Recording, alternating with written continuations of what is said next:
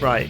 Okay. Look, it's going to be very clear. I watch lots of different interviews on GQ, on what the actors talk about some of their, the processes of certain movies, right? I know you just caught me when I shared my screen about Henry Cavill. I don't fancy him. Okay. We've just caught you on your incognito window with Henry Cavill. Front and center. Yeah. Wow. You don't have to explain yourself, Hamish. I don't have to explain.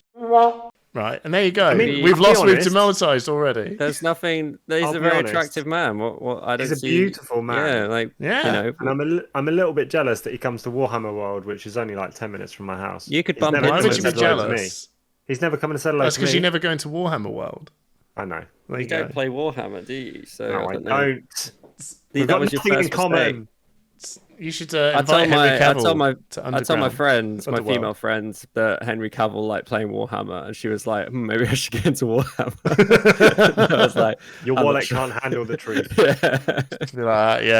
Just go back and go, the Emperor protects. I don't think it's worth the cost for the 1 in 100 chance of bumping into Henry Cavill. You don't have to buy anything. You can just wait. You can just stalk him like a normal person. Yeah. Look, okay. Let's be honest. I can't afford to play more than one game with Flesh and Blood here. I can't really. I don't think you can afford Henry Cavill. I think he's probably quite a demanding man. You need Henry Cavill's wages to get a full 10.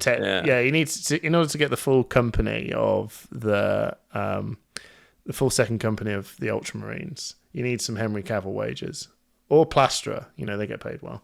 Have you got some news for us? What is your connection with the plastering? No, he's not a plasterer. He's a fridge engineer. He's meant. So. We're jumping all the way around. He's got like a full company of Ultramarines. Oh, I see. High rollers. Someone that comes to the club. Someone that comes to the club, and he actually got a five. He got a 5. Didn't know you had a club, Hamish. Oh well, I do actually. It's Northants War Gamers in Northampton every Tuesday. If you like Warhammer, come on down. Anyway, so my friend had like a 5-page spread of all of his army. He had like the Titans and everything. Anyway, shout out to Rolly. Should we do some home news? Oh, straight in with the home news. Go okay, home news. Home news. Home news. There you go. That was pitching up. That was ascending. You were mixing it up there. Yeah. That's good. I like it. Yeah, cheers, man. So, my home news is that I've been.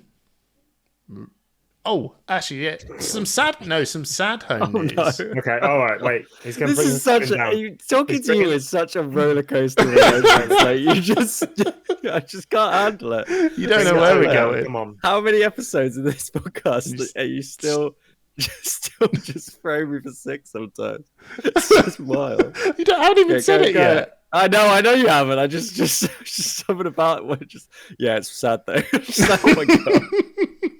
No, it is sad. I was thinking about I was thinking about this today, and this is. I want to raise a toast to my uncle who passed away exactly a year ago today. He was in his 60s. To Uncle Paul.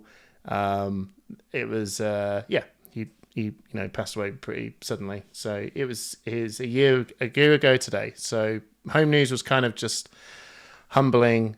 Just taking it in and just doing a bit of remembering and chatting to family and just appreciating the life that we've got, even though it feels sometimes you think, God, it's so mundane and boring and blah, blah, blah. But, when someone really close to you that you look up to has passed away, it just makes you appreciate that life is actually pretty cool when you realize how beautiful it is around you. So. That's very sincere. Yeah, there you go. And I guess that's what home news is all about, right? About our day-to-day stuff. The feels. Yeah. Well, not feeling the feels, but sharing what's going on in your life, right? Yeah. No, that's home news today. So cheers to you, Uncle Paul. Anyway, I know. I don't. Now it sounds like you guys are going. Yeah, am I dandelions? You've done this before, I think, where you've done something really emotional, and then it's like. Yeah, I just went to the shops. I don't think we can compete now. Yeah, just you go ahead. I pooed on the floor. Didn't you? I did have some Yeah, you have some actual stuff. Some actual home news. Not that Hamish's isn't an actual thing. Oh, God. Just to clarify that. Well, there you go. No, I just wanted to throw it out there. I thought about it, and nice. it was cool. I thought it was. Mine it's real. is also on the bad news side of things. Oh God! I know. My wife, who roller skates for a hobby, she fell over and dislocated her shoulder on Wednesday last week. So we've been having to deal with that and get around and look after the kids. I take it she lost the bet to do the washing then, and it just got a bit out of hand. I mean, I've seen some extreme ways of getting out of housework, but this takes the biscuit. We're gonna play Dislocato. Yeah, you go first. How far are you prepared to go? So unfortunately, she's still in a sling. She's doing what she's been told in the rehab and everything. But yeah, so I've been a bit busy, which is fun. You had to step up.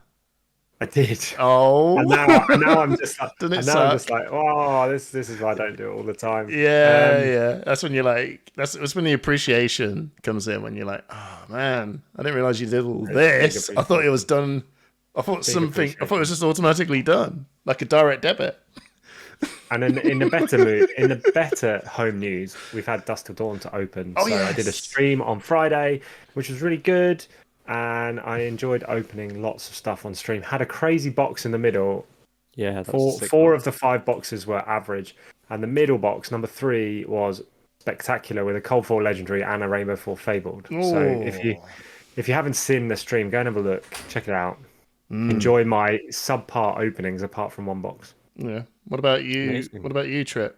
Oh no. What about you, Orlando Bloom? You can save the name for the drinks bit, what we're drinking. But I actually had a really good weekend. I played Dungeons and Dragons yesterday, as I often do, which was really fun. So I've got a regular group play every month because we've got lives.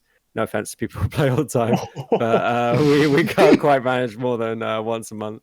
Well, you DM, don't you, Trip? I DM, and two of the players have a baby who comes. Well, she's getting a little bit older now, but she comes along as well. So it's quite a fun experience. I actually quite like DMing with a child around. It's quite interesting, and they kind of like tag team in. And you can kind of role play a little bit as well, which is quite cool. Where the character's mind just alters into some chaos. Yeah, in the last campaign we played, we basically just made her a dragon, which was very good fun. Oh, wow. And now my sister's joined, which is really cool because she's always wanted to play D&D. So we've got like a really good group of... And it's just nice. Yeah, well, it's just nice hanging out with my sister more, and Kate's part of the group, and just some friends. So it's been really good. Nice. And yeah, I opened some Dusk Till Dawn, but maybe we can chat about the product. I think so. We'll do that in the main topic. Should we do some drinks? Yeah. Right. Hamish, what are you drinking? Well, Simon, I have got an Arbor Siren. I don't know why I said it Arbor. Why can I not say Arbor? Arbor? Arbor. It's a divisible, invisible hazy pale ale from the Beer 52. Hey! They're running low. Uncancelable. A lot of free advertising. I did cancel, but they're running low. So we've got to even out the Brewdog advertising trip. Yeah. So it's not popular. I did get some what are they doing to their staff? My Brewdog at the weekend. So I appreciate it. Because they don't treat the stuff very well. Yeah. Also, because it was the dark one, and 2 of the people I play with are Irish, so they were annoyed I wasn't drinking Guinness. Fair enough. Well, that's what I'm drinking. What about you, Fireproof Mustache? Fireproof Mustache. That's a great. Wow, that's wild. Yeah, I don't think it's the mustache that's fireproof. It's the box, right? Yeah, so I was just putting 2 together. I'm just licking Fireproof Mustache. Oh yeah, what about you, can licker? So I went off to the garage when I got home to pick out a nice beer, and then I remembered that I'm on call for work tonight. So it's a good job I didn't drink it. I was going to go and get a Brewdog Cake Cartel, which is a stout, and it is lovely, but instead I've got a Coke Zero. Hey. Oh, that's all right. Shin one's for you, Shin. Yeah, every time you have a Coke Zero, it's like, does he have Coke? I thought it was full fat. No, he's a zero guy. He's on a diet. Yeah, he's always on a diet. No, I just don't know if he was always He's a patron of the Push the Point podcast. The more cruel we are to people, the more we love them. The more we like them. The more they love us. Yeah. Well, no, that's true. What about you, son of James White, Orlando? Yeah, I've actually got decent beer, so I actually bought a beer specifically for the podcast because it is I don't know what it's called. It's called Trouser Jazz. It's what Hamish tried with me. It's the 20th anniversary of an album by Mr. Scruff called Trouser Jazz that I'm a big fan of, and it's from the Wylam Brewery, which he does a bunch of gigs at. So nice. I was like, in Newcastle. So I was like, I will get that, and it came with a glass. Nice. There we go. I was like, I got a bit it. jealous of you guys and your like nice fancy glasses, so I thought I would treat myself to a new beer. I don't have a glass with me today. I don't have it. I can one up you. But anyway, cheers, guys. Happy Dusk Till Dawn release. I guess release week. Yeah, it's been a while now. Absolutely. When did it really? It was Friday, wasn't it? Yeah, it's Friday. Yeah, it's been out for 4 days. As we record this, yeah. But we have obviously had a couple of pre-releases as well. Yeah, which we didn't get a chance to talk about, did we? Right, before we jump into pre-releases, we have a couple of giveaways to announce. We do because our wonderful partners at Living Realms, who happen to be organising the Calling Birmingham, gave us cheers. By the way, sorry, cheers! Cheers, everyone. Happened to give us 2 Fable packages to give away to our fans. Now, you may have seen on Twitter that one of those giveaways was to the general public, and you had to like and subscribe and retweet and comment. All the usual jazz. All the things. So we will announce that one shortly. But also, and first and foremost, we ran one for our Patreons only. And I'm going to hand over to Dan Tripp to talk about that giveaway. Yeah, so we asked, we checked in and we were like, can we do one just for the patrons? Because we thought that'd be a nice thing to do. So we did. So thanks for Fabio for that. And obviously a much higher chance of winning because it's a smaller group.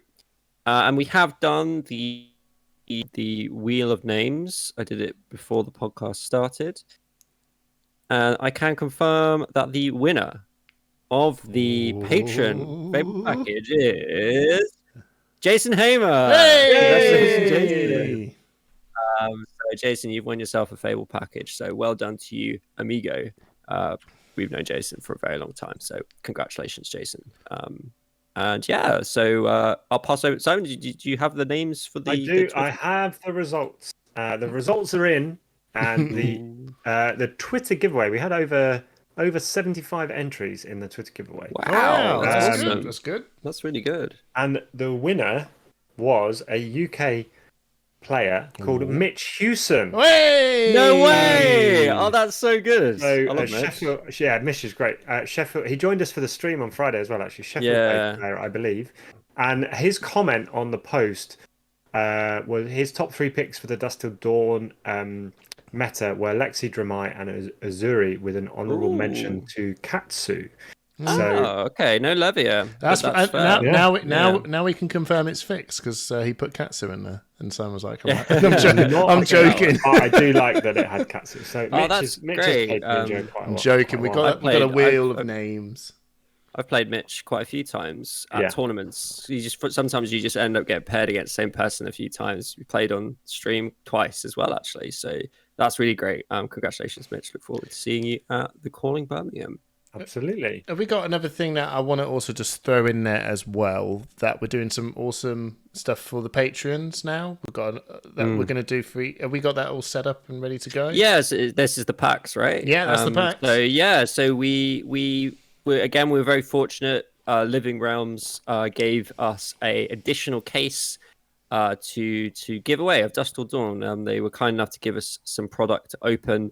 Which you've already seen Simon open on the live stream, and we each got some product to open ourselves, but they also gave us a case to give away.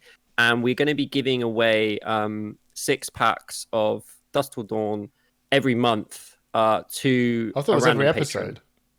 Oh, no, every month. Oh, was it every month? I thought we were going to do every episode. I can say every month. Okay, go on then. But we're going to start with we're going to do one for the Calling. Maybe we'll do a special one for the Calling. Yeah. and then we'll roll it on from there. So we've worked this out, right? Yeah, we totally worked this out. We totally communicated. I thought it was every episode of the podcast. We didn't just bring it up randomly. We'll work it out. Whatever we do, basically, it's a great time to become a patron because we're just going to start giving you 6 packs of products on a regular basis. Well, if it's and then hopefully, who knows what we'll be able to have access to in the future, but we're hoping we might be able to change to the new set when the new set comes out if we're lucky enough to get more product to give away. But we want to add a few extra incentives to the patron scheme. So it's a great time to become a patron. Bear in mind, this is in addition to everything else you get, which is that incredible 5% discount at the Living Realm store. You get access to our private Discord server, which is really active. Like, I know everyone always says their Discord servers are active, but we basically use that as our main way of communicating with everyone, and it's really nice and fun. So yeah, it's a good time to join. I'm sure we'll have some bonus stuff in the future. As you can see, we're going to start doing specific giveaways of Fable packages just to patrons. So that gives you a much higher chance of actually winning one. So plus you support us if you really love what we do. If you love listening to the podcast, yeah, forget about that part. Yeah, it's originally we started this all out just for support, just for people that want to support us. But now we're getting to this point where we're like, you know what? It's actively we're actively got a lot of stuff to give away for just doing it. Like Trip said, discounts, early access videos, a cool Discord, and now 6 packs every single regular hopefully every episode. We can probably do every episode, but we'll keep an eye on how much we got, just so we can make sure we can keep you. And for those patrons that are coming to the calling, you're going to need to come and speak to us. You're going to need to find us and come and speak to us, and we may have some special things for our patrons at the calling. So if you're going to be there, let us know. Don't make promises you can't keep, Simon. Yeah, I was going to say. We are going to be at the calling. We're obviously going to be casting Saturday and Sunday. We're going to be very busy, but we will be around on Friday. We will be at the Shapeshifter event on the Friday evening. Yeah, it's our little Push the Point event. Friday lunchtime. Okay, well, that is confirmed. Yeah, I was just trying to remember if that's actually no, it is. Or not, it is confirmed. We are looking at that event, and there will be giveaways to anyone that plays us in that event. And I've got them. So I've got a trial one to the side. There's going to be some cool stuff in there for you. So come to that event, and then there'll maybe more giveaways throughout the weekend, based on just coming and finding us during our breaks from casting. So it's going to be a really amazing weekend. If you haven't got your ticket, I think somebody was asking on the Discord, can you just show up without a ticket? And I think the answer was yeah, you can. You can just come into the hall. Yeah. You can get a feel for the atmosphere. You can talk to the artists. You can talk to us. We would obviously highly encourage you that you take part in one of the side events. It's going to be really fun. There's going to be so many people there. It's going to be such a good celebration of Flesh and Blood in the UK. And yeah, come along and take part, because you never know when Fab will be back in the UK in that big way again. We hope. Obviously, we want it to be, but you never know. There's lots of countries out there that want to have their chance. So take that opportunity while you can get it. Yeah, absolutely. Okay, Simon, what are we going to talk about today? So, as we were starting to talk about, get a bit of ahead of ourselves. I think all of us went to at least one pre-release. Yeah. So we can talk a little bit about Monarch Draft being our current draft format, and I thought we would just look ahead and now we have product in our hands, have a bit of a talk about some of our favorite cards, whether that be function, artwork, form decks that they go in from the set. Okay? We also had a battle hardened event as well. That's going to be really. I think that was. I mean, that was really interesting. Yeah, that's. I will just say this now. Shout out to the Savage Feats, streaming production team, which Ethan Mann sent, and all the other guys did. It was literally as good as an SCG con stream. It was very, very professional, very entertaining, top work. So shout out to you guys. And you completely warped whatever all these guys were bringing has just now made the meta on our side go ooh, and you've just shot up prices on certain cards. Market prices have gone crazy. No, they have changed the meta stuff as well. Anyway, we'll get to that, but let's start. Dusk Till Dawn pre-release. All of it was a draft, wasn't it? It was. Yep. It was Monarch draft. Yeah. How many did you go to, Hamish? One. I just went to one. It was for my R1 for Manuscrew. Shout out to Manuscrew, was crazy. £20 entry, first edition Monarch draft. That's crazy. It was just like, why? How many people was it limited to? 16? 16 and 2 pods. 15 showed up. So okay, yeah, but the only thing that was really £20. I got charged £30 for an unlimited draft. Yeah, I got charged £20 for a first edition. But I will say, the Dusk Till Dawn, we got 2 packs just for the entry, but we got first edition Monarch, and but I think I've seen some other stores did more Dusk Till Dawn participation. Yeah. So I think, not to say, I still think it was a steal because it was first edition. The only thing that was also a little bit whack, I don't think it was not totally Mark's fault, but our draft was whack. Unfortunately, we had our 2 pods, and then the pods were then paired. Like the pods were mixed when it comes to playing the games. So yeah, that's not quite right, is it? It's not right at all. You should be playing up against your own pod. But I played 2 of my games were in the other pod, and there was 4 rounds. So 4 rounds of draft mixed pods. It was I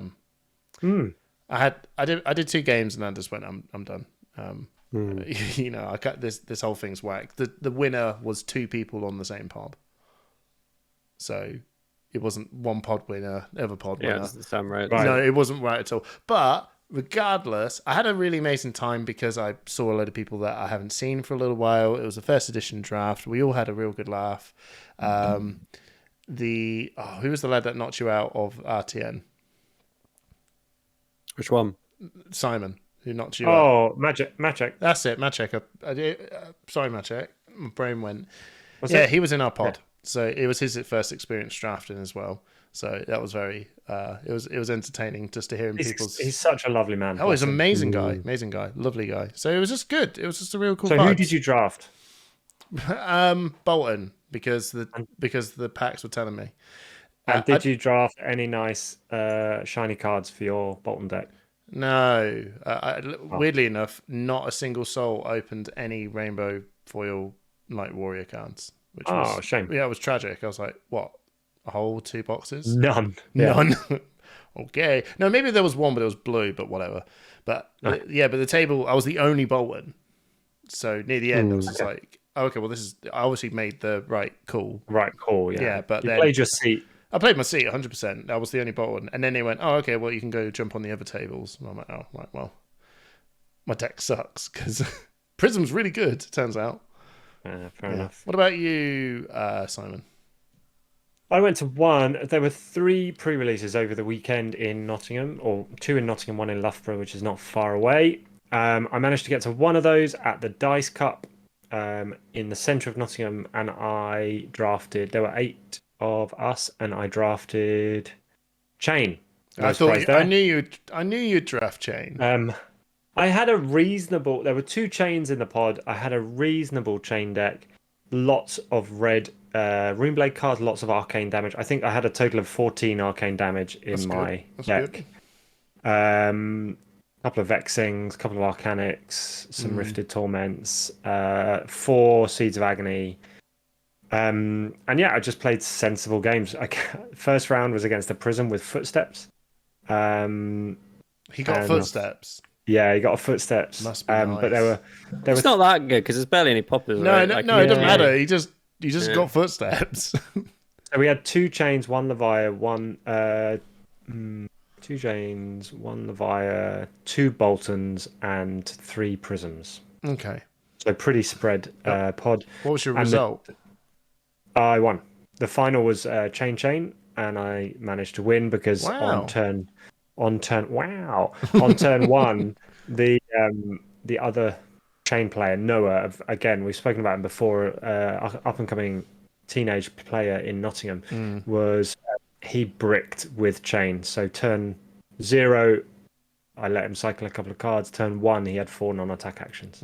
2 red Minoisms, and 2 red Warmongers. Recitals. Oh, not even Blood there. That's rough. Yeah, so these with Blood there, you can pitch stack something, right? But So from there, he just never got the tempo back. I managed to have hand after hand after hand, and he just never got the tempo back, unfortunately for him. Which card did you pick?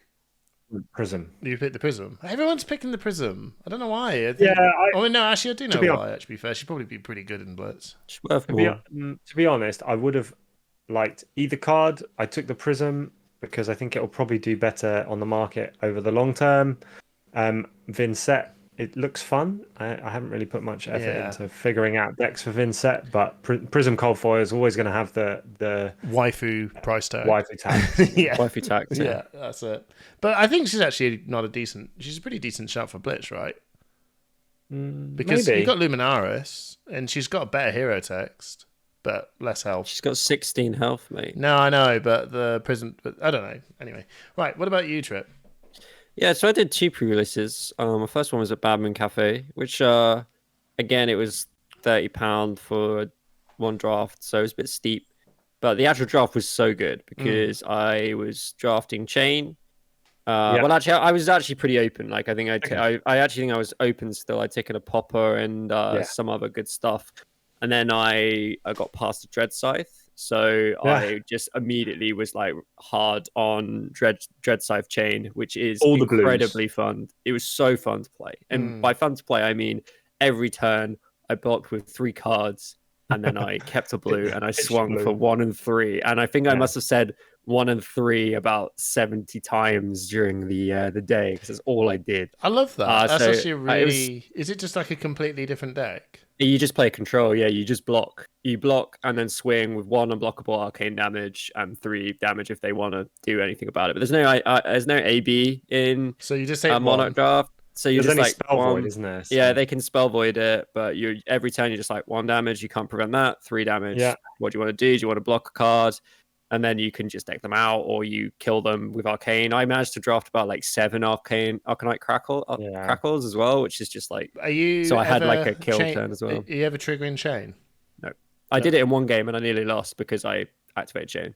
You only had 1 Soul Shackle. When it was... Yeah. I was like, oh, bugger. Well, we were running to time, so I was like, oh, actually, if I want to win this game, we're not going to finish in time. Yeah. But my opponent ended up conceding to me anyway because they realized like what the situation was, and it was unwinnable. And it was unwinnable, and I was like, well, I probably will deck out. And he was like, nah, we were just saying, well, I had to do that to try and finish the game in time. And he was like, well, then he just conceded, and I lost. I didn't win. I lost to a Prism who was the only Prism. So, so my strategy doesn't work very well when for 7. So them hitting you for 7 is a lot better than you hitting them for 4. Turns out. So that was rough, but it's such a fun way to play Monarch draft as Chain, and it's totally not what people expect because they're expecting you to do crazy Chain stuff, and you're just like, nope, just gonna block. And a lot of your cards are really good at blocking. Like I think my entire deck was 3 blocks. I didn't think I had. I think I took the seeds out in the end because I was like, don't really need seeds. They don't really do anything. Like I had a potential kill turn of like seeds, crackle, shackle, crackle to do like 4 arcane damage if I needed to burst them down, but I wasn't really playing. I wonder if there was a point where near the end of when you're going through like the final stages, you just push in, you lead I think you do. Chain, and then you just go cool just to really push it over. I think you set up Crackle. It's really easy to set up Crackle because you can just Crackle, Shackle. Shackle. I kept trying to say it. Shackle, Crackle. I think I actually said that at one point. Oh god, that's Shackle, Crackle. That's the strategy, isn't it? Give them the old Crackle, Shackle. The old Shackle, Crackle. But you can throw seeds in there, and you can basically do 3 burst damage. But the thing I realized was that I don't even need that many Crackles because you can just do weapon. Oh god, you can just Shackle, weapon, Crackle. Honestly, if you ever get the chance to draft Dread Scythe in Monarch draft, just do it because you'll go 2-1, but it will be the best fun you've had. Like, honestly, literally just you might even not go 2-1 if you dodge the prisms. Actually, you can, and if you get the trouble with me is I didn't have enough poppers. I had like 2 poppers, and I didn't really draw into them. You need that like 7 power shadow popper in the deck. I took 3 poppers in my first 5 or 6 picks. I think I had a Stony Wooden Hog, a Pound for Pound, and a Lunatide Plunderer. And they came up clutch in the first game. It just you see, it's wild. In my Bolton deck, I had 4 poppers in my deck. Everyone kept passing me. I had 3 Stony Wooden Hogs and 1 pound for pound, and then I also got passed, and I didn't take it. The light 6 cost one. Oh, invigorating light. Yeah, I got past that, and I was like, "Oh, should I take that?" I was like, "Jesus Christ, my deck's is going to be poppers at this point," which it did. Although it doesn't actually work half the time because they don't. The second they got like one little, prismatic shield out, it gets really awkward, like really quickly.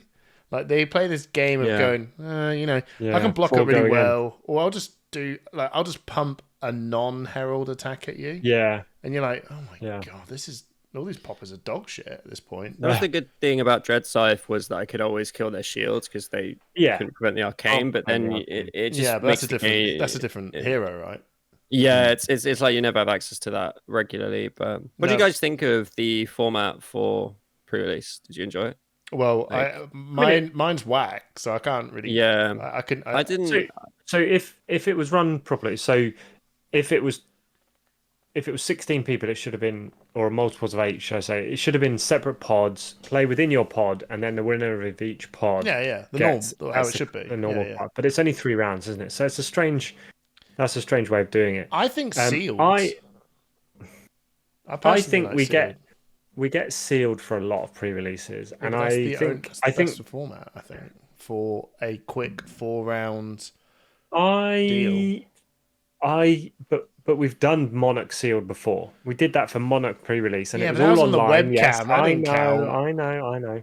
However, I like the fact that they're getting people ready for Monarch draft and national series season. Like, I honestly don't care if it is because there was a huge stock of Monarch Unlimited or Monarch First or whatever left. I don't care, because actually, Monarch draft is quite fun. Whether you like to go with Prism or Levia or Chain or Bolton, or whether you just like to read the seat you're sitting in, it's a really fun draft format, and it rekindled that love of those cards.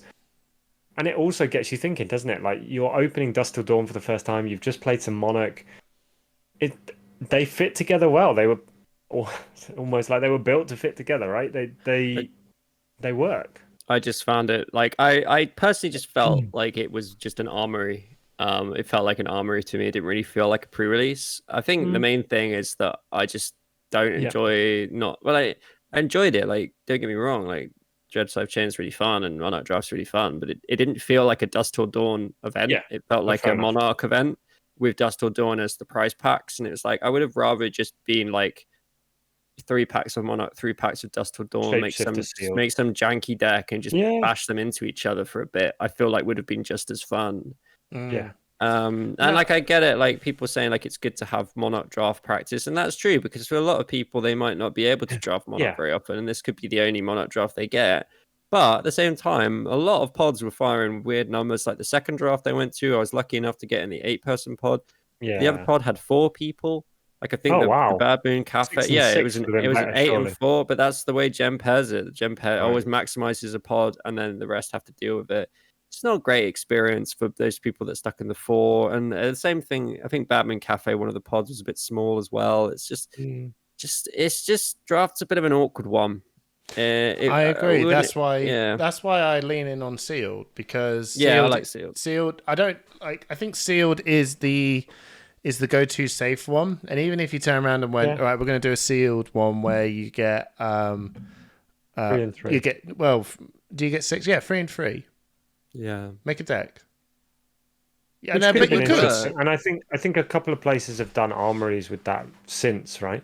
Yeah, I think it would have been pretty cool to explore. I feel that this was not a completely unthought through event, but I think it was just like the easiest answer to give for us. It's like, let's use Monarch. Let's tie this in. That's cool. That's all cool. We'll do a draft. Get them ready for draft. Yeah, that's all real cool.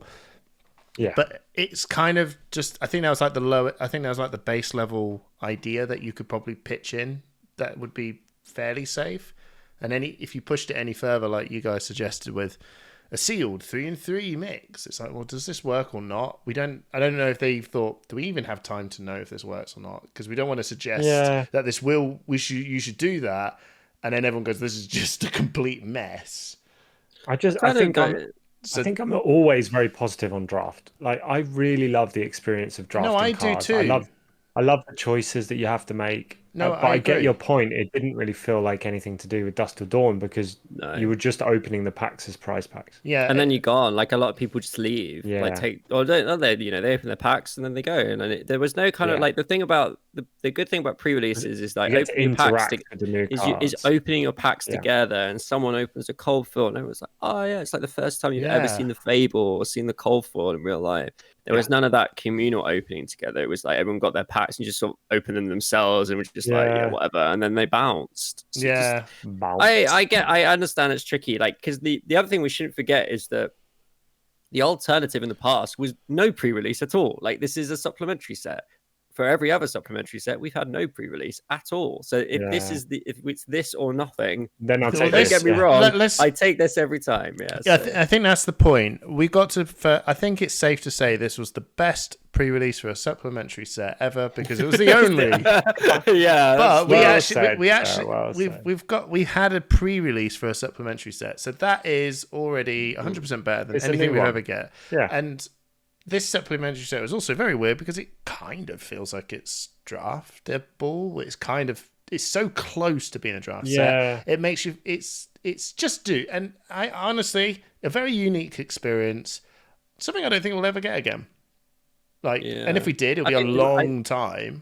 I think we might get something similar with Tales. Like at some point, I think we're going to get a Dusk Till Dawn like Tales set. But I would agree. Apart from the fact that the Tales heroes have appeared in, so unless the third part of the trilogy is that follow on, do you know what I mean? So I'm with you, Simon. They're going to be part of the story, though, right? That's what I mean. So the Tales heroes are part of the current War of the Monarch story. No, they could even lace in uprising. So I think we kind of, instead of going Monarch is like Monarch and then we're going to do something for Tales, I think Monarch is actually a big story. It's their biggest story and narrative plot.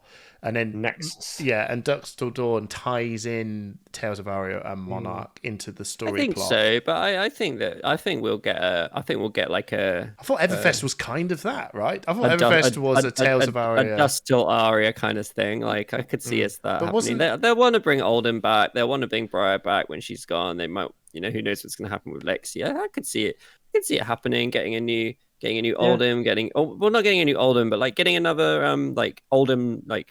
I can't remember what his group is, but like he's one of the like. I think he'll be old people. Olin, yeah. So they could have another version of that. That'd be spicy, or But my point is that I think we'll only get this sort of event that we've just had again because I think they did it for just a tester, really, and we went okay.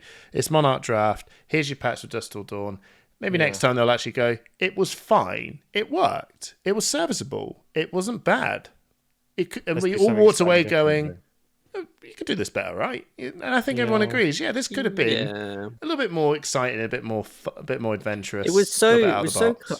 I kind of want to try 3 packs of Monarch and 3 packs of Dusk Till Dawn because I feel like it would work. Like not even Shapeshifter. Just like I've been thinking about it a bit because I was like, oh well, I guess the RuneGate cards wouldn't be playable. But then I was like, well, a lot of the RuneGate cards are poppers. So actually now suddenly Chain has a lot more game you can play into Prism. And it's like, and you can still play them. Yeah, they're still 3 for 6s, right? Like, and I'm like, actually, it could work. It could be really interesting. So I'm open to it. Like I think that might be. I think the shapeshifter calling thing is going to involve packs different types. Don't think that's been confirmed or not yet, but like we'll see what happens. It'd be really cool. The event we're running on the Friday, so who knows? Like maybe you get to try it out if you come to that. I'd say it would be really cool if, and it probably won't work, but if we threw in, if it was the 3 Dusk Till Dawn, 3 Monarch, and maybe 1 Tales of Aria. I don't know, just because we've got an element. Maybe not. Yeah, shapeshifter. Just throw in a pack of like. I don't know. I don't know the rules, but I think if it was and it more and more makes sense. And this is our event, so we should really know what's going on. But we do know what's going on. Of course we do. Of course we do. We're just pretending we don't. It's called a light versus dark shapeshifter sealed. So why don't we just have Monarch and Maybe we will. Maybe we will. Find out our secrets, Hamish. Find out. Total secrets that we 100% know, and we're not. So, just like our 6-pack giveaway. Find out now. I think we all agree. Then it was nice to have a pre-release, but maybe not the perfect pre-release. I want to give that it was good. It was good, but it was good, but it's never. It was nowhere near as good as a draft set pre-release because it's very deliberate that you're opening literal brand new stuff and you're playing with your brand new toys. This one was old toys to get you a few packs of new toys, and I think that's where a lot of the issues with the price point came on because it was like. I don't mind paying £30 for 6 packs of the new product, which I was going to buy anyway. But I do care about paying £30. Like we only got 2 packs of Dust Till Dawn surprises for the Bad Moon Cafe one. So essentially, like I understand, like we're paying for the Monarch packs. Like I understand that, but like I don't want the Monarch packs. I've got enough Monarch in the only thing that got me going, right? Like, the only thing that got me going was because it was first edition. Yeah. So I think there's a balance, right? Like I think the price point may need to change, or there needs to be better participation prizes because, or they need to say it has to be like 3 packs of Dust Till Dawn. I would have liked it if they did. If they did 3 and 3 with the prizes, that would have been cool. Yeah, 3 and 3 with prizes would be incredible. Yeah, that would have been that probably would have went down a storm. Even if it didn't work, we probably still would have went. Make it 3 and 3, and the stores can choose, and the players can choose. You can either do a draft with 3 packs of Dust Till Dawn as a prize, or you can do a sealed and you get it all together. Yeah, that seems to be like a good way of doing it. You just decide amongst yourselves. Give them an email. Let them know. Let's leave it there because I think we've said the same thing about 4 times round. That's right. Have you not talked to me before? That's how I make my point. We need to move on because we've been saying the same thing. I think I want to move on because we've been saying the same thing over and over. That's true. Before we do that, right? But before, can I just say? Yeah. Before we do. Wow. Sorry, Simon. So let's move on. No, you're not. Before we pee ourselves, don't make me rickroll you again. Oh yeah, that the joke. Secret rickroll. See if you can spot it. It's like Where's Wally? I didn't find it. Should we talk about? Should we talk meta? No. Oh. See you later, everyone. It's no, they will turn off. Oh god, we shouldn't say that. The graph is going to go. For all of you still here, welcome to the extra edition. Hamish, give me your top 3 cards from the new set. Ooh. Question. And justify each one. Oh God! All right, yes, sir. No, it doesn't. It doesn't have to be. It doesn't have to be competitive. It might just be that you love the artwork. I feel like you just math teachered me. Hamish, what is the square root of the? Show me your workings. Show me your workings. Simon's mad with us. And show me your working out. No, you don't work out. Oh. Play it, Trip. Oh, wait. It won't work. It won't work. Wait, will it come up on this? No, it'll come up on the. Yeah. This is not going to work, but. That definitely comes up on YouTube. Sorry, that was a horn, everyone. Whap, whap, whap. Right. My 3 favorite cards for any reason whatsoever. Yes. Okay. All right. The new Bolton Warrior arm piece, the Ironsong versus. Absolutely omega card for Bolton. It's brilliant. I really love Bequest of the Vast Beyond because I'm a big Viserai fan. I like the fact that there's a Viserai specialization, and I think it kind of expands where he's going in the lore a bit more. Okay, yeah. Cool. I like that. And my final card that I think is a little bit out of the way is it boring if I said Sliver Shadowpeed? No. You can say Slivering Shadowpeed. I think it's. I think I'm just going to throw that naturally in there holds anyway. Something close to our heart for some reason, right? Yeah, well, all cards do. We've been traveling this Monarch train now since Looming Doom. That Looming Doom was kind of the train. Yeah, it was teasing this Monarch war before everyone knew it. We were in it the whole time, everyone. I like Warmonger's diplomacy because I want to know who the fuck the Skull guy is and why is Bolton looks like a disciple of pain. Yeah, why are those two having a chin wag? Right, are we fighting or not? It's like when you read the story, it's like it's going really bad for you, but let's have a meeting. Let's have a meeting about a meeting. Are you fighting us or not? No, I think that card's just been a real cool breakout card. And it turns out this card that everyone went, it's for PvE, is now turned out and went, hang on a minute. I think did I not say that it was a great card? And you were like, if you want to put that in your deck, I don't mind. I still 100%. No. I didn't talk about it being good against Lexi, but I did say it was good against Runeblade. Yes, but which is still to be determined. I will say, and I'll let you guys, and I'll just end it on this point now. Yeah. We won't waffle us too long. Viscerai can actually just have, you can play it. It's kind of like that Chains of Eminence deal, and I still think that it's not the best. You could put it in against a Viscerai player. I don't really care because I could quite literally have the most dog shit hand because Viscerai does have moments where you just draw up and go, well, that's a rubbish hand. And they go, ha, I'm going to play Warmonger's Diplomacy. And you go, oh dear, I guess I will do still nothing. I pick war. Or you just make rune chants. I'll just pick war. And they go, well, you can't play Meridian Skies. Cool, bro. I never had it anyway. Right. Just don't. Okay. You got to know I've got it, like a Chains of Eminence style. Yeah. You got to know I've got the play, and if you don't, well, sucks to be you. So that's why I think. But I love the card anyway. I love the fact that it just sort of was just cool artwork, cool interactions, and I think it's changing things up. There's my 3. Nice. What about you, Trip? What about you, Legolas? Yeah, I got a few. So my favorite, I got a few. I actually managed to open a few. So nice as well. So I must be nice. That card's going up in price. Yeah. No, not Warmongers. I'll talk about Warmongers. I open one. My favorite card of the whole set is Dyadic Carapace, yeah, which is the Runeblade Legendary, which I did manage to open. Only the Rainbow Foil, but very happy to open the Rainbow Foil because it's actually very pretty Rainbow Foil. It's very purple. Yeah. Second card I really like is Anthem of Spring, which is the Briar specialization. I just think that card's really cool because of the I like the unity blocking, making an embodiment of Earth, so it kind of like buffs your blocks when you block with it, but you have to block with 2 cards, which I think really feeds to like the Earth Briar build as opposed to the super aggressive Briar. Like I think Briar is definitely on her way out, but I really hope that LSS brings Briar back like in a different way, like in a way that really works to the like Earth side of Briar a bit more, maybe like finds a new home for like Crown of Seeds in a slightly less oppressive way than Oldhim. And basically what I would like to see is them to reprint Oldhim and Briar, but Briar just be Earth and Oldhim just be Ice, but we don't have time to get into that right now. And then the third card I really like is Poison the Well.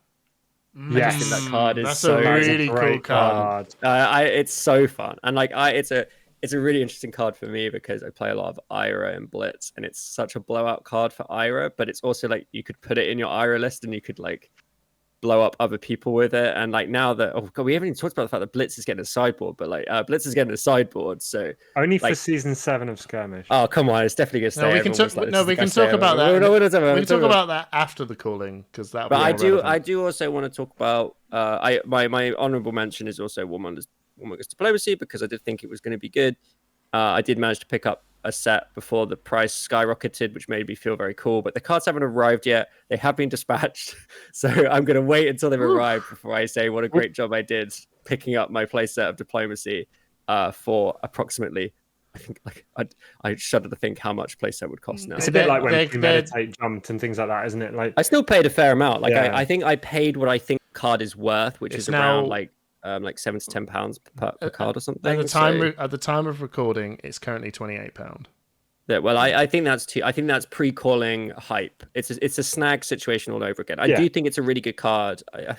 I just think the time of £30 Majestics is over. Like I just don't think. But it hasn't. Like I don't think that's true. Codex is again. It just happens, doesn't it? It's like Codex of Frailty went up. Premeditate went up. Like Codex not is still strong. Really. It's just bizarre how they surgical extraction. Premeditate. Has anyone seen one? Yeah, they are coming up. Surgical Extraction is reprinted, but like, so I understood Surgical Extraction because it was short printed. It was literally short printed, but like, Premeditate is a fine card in like. It's a fine card. But I don't know. But fair enough. It's good. Is it good for the game? Who knows? Can I shout out? Oh, well done. Can I shout out that the Poison of the Well was done by our boy Mateusz as well. He did our. I love that card. Yes, amazing artwork. So thematic. We did have a fun time where we were trying to work out whether you target your opponent with Sigil of Solace and then like poison the well that Sigil of Solace, but you can't do that unfortunately, which is very sad. I wish you could do that. But if we ever Sigil. Then so target them with Sigil of Solace and then poison the well. That would have been gas. But we need to keep our eyes out for like targeted heal at any point. If we ever get like target hero gains, you can respond to a sigil with a poison the well. Yeah. That's the intended way to play it. But the idea is like if you had a hand of sigil and poison the well. Is there any heal? Deal like 3 comment below, anyone. Is there any heal that targets a player? Oasis technically. But only one. Then you prevent. I don't know how the damage prevention works. No, because you can't prevent heal loss. No, but I don't think it would be very good. You don't target a hero. You target a. Oh wait, for the damage prevention, right? Oh, who knows? It's too late. It's too late in the day. But as soon as they print targetable heal, it's going to be. Maybe that's a cleric move when you can go. I heal me. I heal you. Poison the well. Lose 3 life is actually pretty powerful, right? Because that can't be prevented, right? It's loss of life. Yeah. So that's actually pretty good. And in Blitz, it's really good because it sort of shuts down a lot of those like heal lock kind of decks, the like Yogis and Guardians and Valders who just put in defense reactions and sigils. It's like, okay, well now I can basically cause you to lose 6 life, right? Which is super. That's really big. Unpreventable. That's a big swing, yeah. What about you, Simon?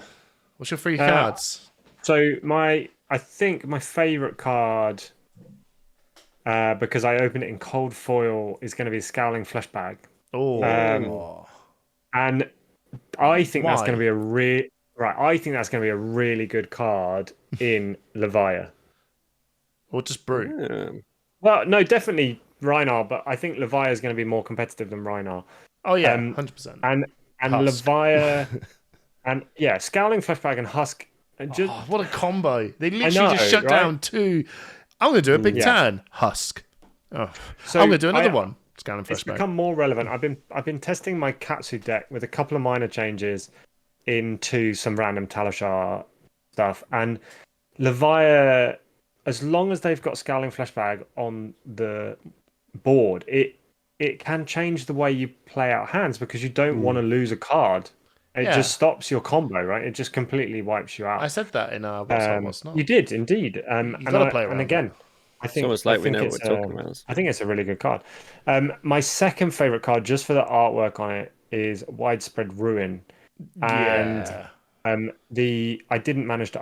I got a rainbow foil, but I didn't manage to open an extended art one yet. But I think Ursa is my favorite ally. I know I'm a bit of a Chain fan, and I played Chain before, but good card. It's such a good artwork. Having Ursa walking down the middle of this absolute battlefield is phenomenal. Is it Ursa? Yeah, it is Ursa, right? It's not the new one. Yeah. And then my last favorite card, partly for the artwork, partly for the dynamic on the card, was actually Hacked Reality. Oh yeah. That's cool. It's got a race face vibes. Hacked Reality, and I got a rainbow for one here. That's a race face vibes, isn't it? It does. It's like a Shattered Reality. It's probably the same artist as well. And if it's an action an action that allows you to give your next attack +2, and the next time you hit a hero, destroy a non-token aura they own, which costs less than or equal to the damage dealt this way. It's basically anti-prism tech. I just think it's an interesting mechanic. This is my honourable mention. I'll go for it. You said about extended arts. Yeah, you got the Widespread Annihilation, was it? Yeah, I got Widespread Destruction. I got Bogeyman, and I actually when you see the box opening, that'll be out very soon. how I was just like, oh yeah, I got my Rainbow Foil Majestic. That's a pretty cool card. I never just twigged it's extended art, so I just seem so ungrateful that I've got it. My honourable mention is to Flicker Trick. The defense reaction with Mirage mechanic on it. Turns out 0 for 5 is really good. Yeah, 0 for 5. I'm still umming and ahhing about that one, but no, that card's really good. It's really really good because. Oh, you got one. I got one. I didn't get it in Rainbow Foil. I didn't get it in Rainbow Foil. I got a normal one. Yeah, same. So Foil's really good. Just quickly to say about the set. Good in the set. I know I've just fallen into my own trap, but I think the Majestic distribution in this set seems to be really good. And actually, I opened 2 or 3 of a couple of Majestics out of a case, but most of it was really widespread, and I quite like that.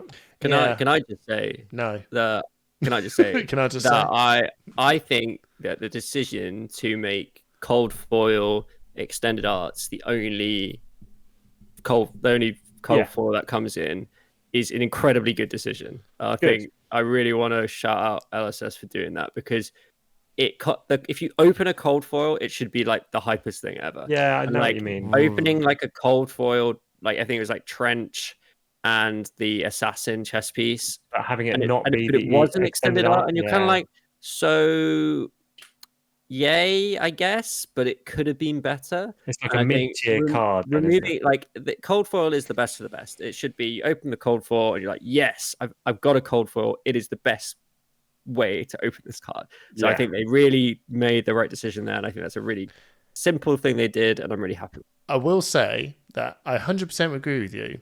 Can they please stop putting cold foil commons? That is a rough. I had my cold foil. I've had my cold foil common rant, and now it's your turn. I had mine. It is, but this one is literally worse than the potions from Everfest, especially when you got the frontline ones. Oh, they were rares though, so they don't count. It was. Saying you don't want a scantily clad woman. Weirdly, I didn't open any cold foil radiant. I opened 4 cold foil common shroud like darkness equipments, but no radiant. I feel like I want to just get that card because I've got the arms and the legs, and now I'm just like, well, I guess I'm 2 away, and they're going to be pennies at this point. There's like the shadow, the shadow version. The arms are very playable. Yeah, like that's the only one I was happy with. Yeah, so it's like. It's the same thing that happened with Seekers. I had a huge moan about Seekers being in cold foil, and then suddenly Seekers gloves, Seekers mitts, and I actually think Seekers boots at some point as well were considered, and Seekers mitts were played in Dromai as like the best glove options. So no, that's I didn't mind too much. I was a little bit like when it came to the common light and shadow ones. I was kind of okay-ish with them. But when it comes to the frontline armor, I was like, oh, they're rares, so they don't. You said this last time. Just because they're rare doesn't make it a good pull. Well, no, but you're talking about cold foil commons. So sorry. There has to be something coming to do with that armor because Simon, I do not understand it at all. Hold on. It's like Simon's doing an EV. He's an energy vampire. Colin Robinson. Yeah. Colin Robinson. You're doing it's like this. That's a rare. It's actually a rare. It's like, oh my god. I feel more tired. Getting my own back. All right, Colin Robinson. Yeah, exactly. Colin Robinson.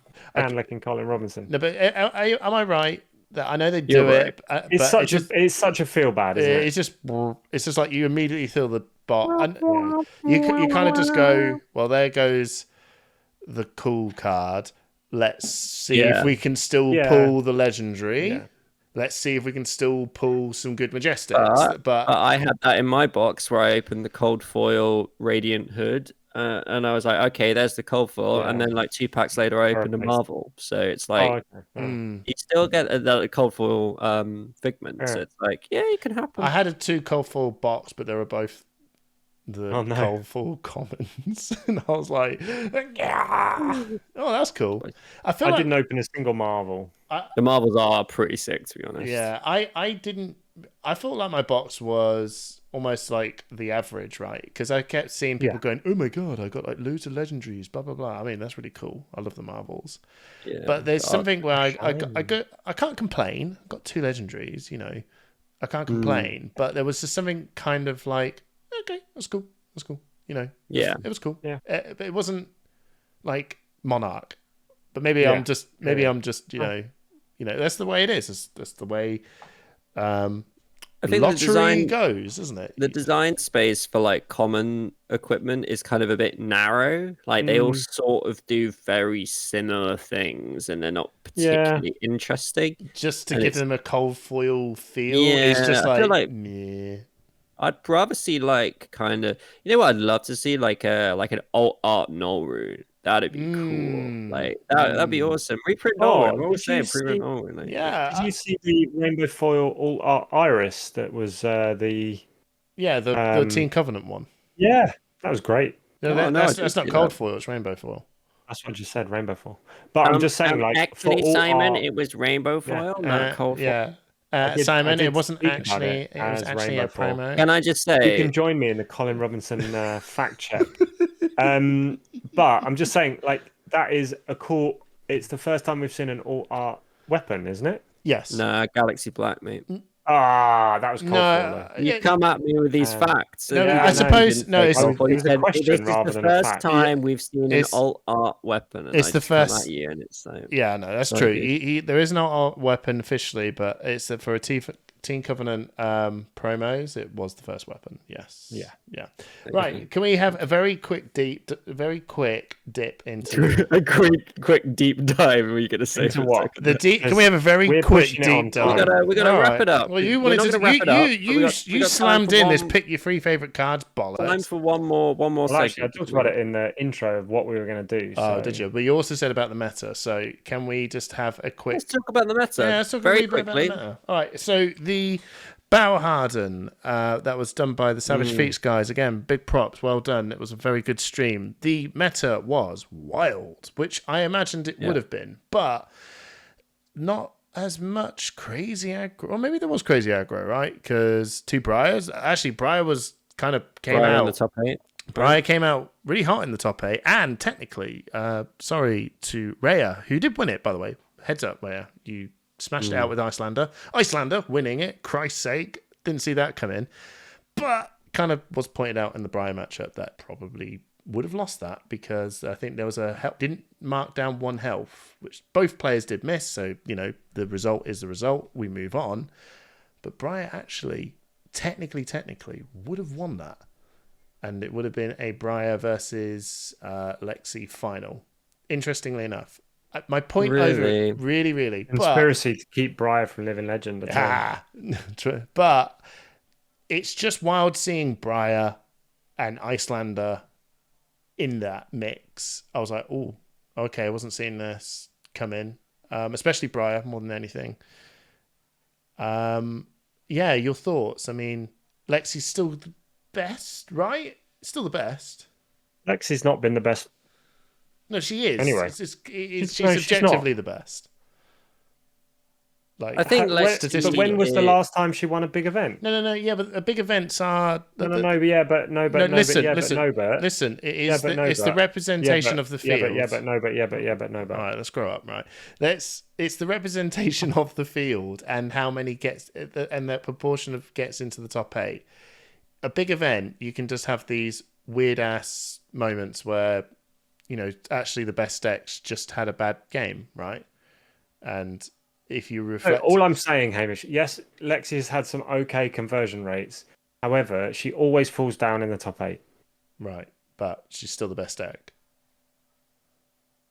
Don't think so. I don't know. Yeah, I think she is. I disagree. She's got... I don't know. It was just a very interesting event where I actually come into the calling going...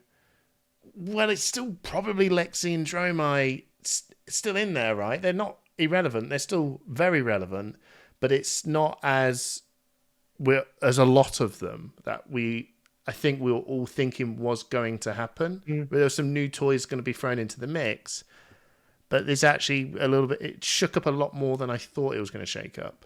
That was my take. It's definitely an early aggro meta where the current or the previous aggro decks that have been proven to do well did well. 14 Viserai as well. What was going on? There was the second most represented hero.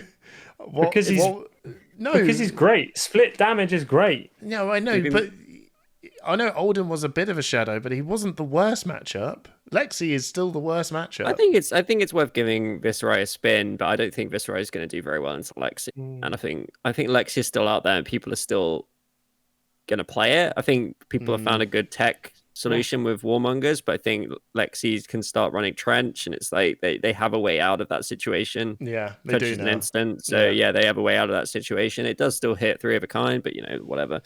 I think that Lexi is here to stay. I think we've said it before, but Lexi is kind of just the best aggro deck out there at the moment. Yeah. So it's going to be in the meta, and if you don't have a plan for it, it's going to be really tough. I think Icelander is a good hero into a meta that's not established itself yet. But Dromai, and I think Icelander can really. I don't know very little. Was there any Dromai in the top 8? Yeah.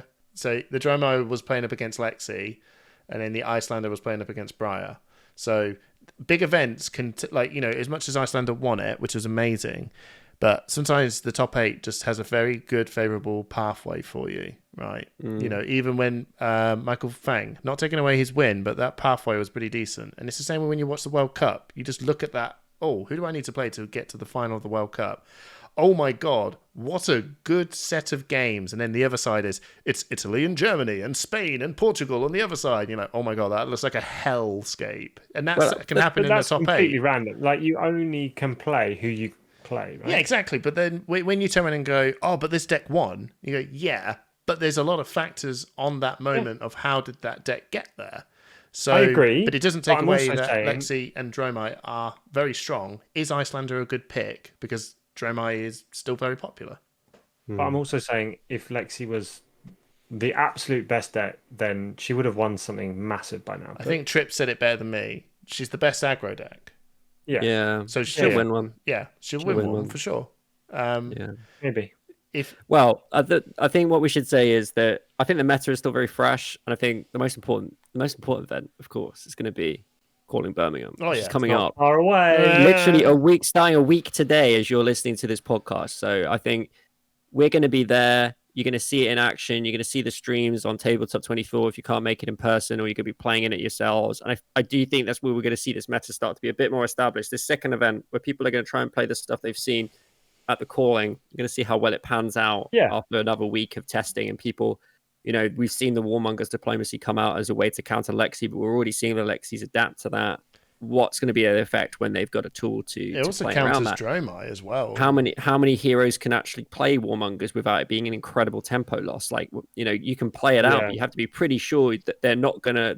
If when Warmongers diplomacy says your opponent skips their next turn, yeah, sure, that's fantastic. But if it doesn't, you've basically what the opportunity cost of playing that out, and then they just do a normal turn. That's going to be really rough for you. So I think it's going to be really exciting. We're going to be casting the whole thing. We will wrap it up now because we're coming to the end of the show. But I just wanted to say, we won't have a podcast before the calling is coming out. So just to say now, please come up and chat to us. Please come and talk to us. We're going to have stuff to give away. Come to the Friday event, play against us. You will get something if you play against us. And just, I hope you guys try and make it along, even if you're not playing in the calling. There's plenty of side events, and even if you're not playing in the side events, just come along, talk to some artists, talk to some peeps, try and get a feel for this game that we all love to play. We didn't want to hear your opinion anyway, Simon, because you just would have come up with a load of rubbish. I'm joking. I'm good. No. Totally. Yeah. All right. Fair enough. Bye. Love you. What? Love you. Bye.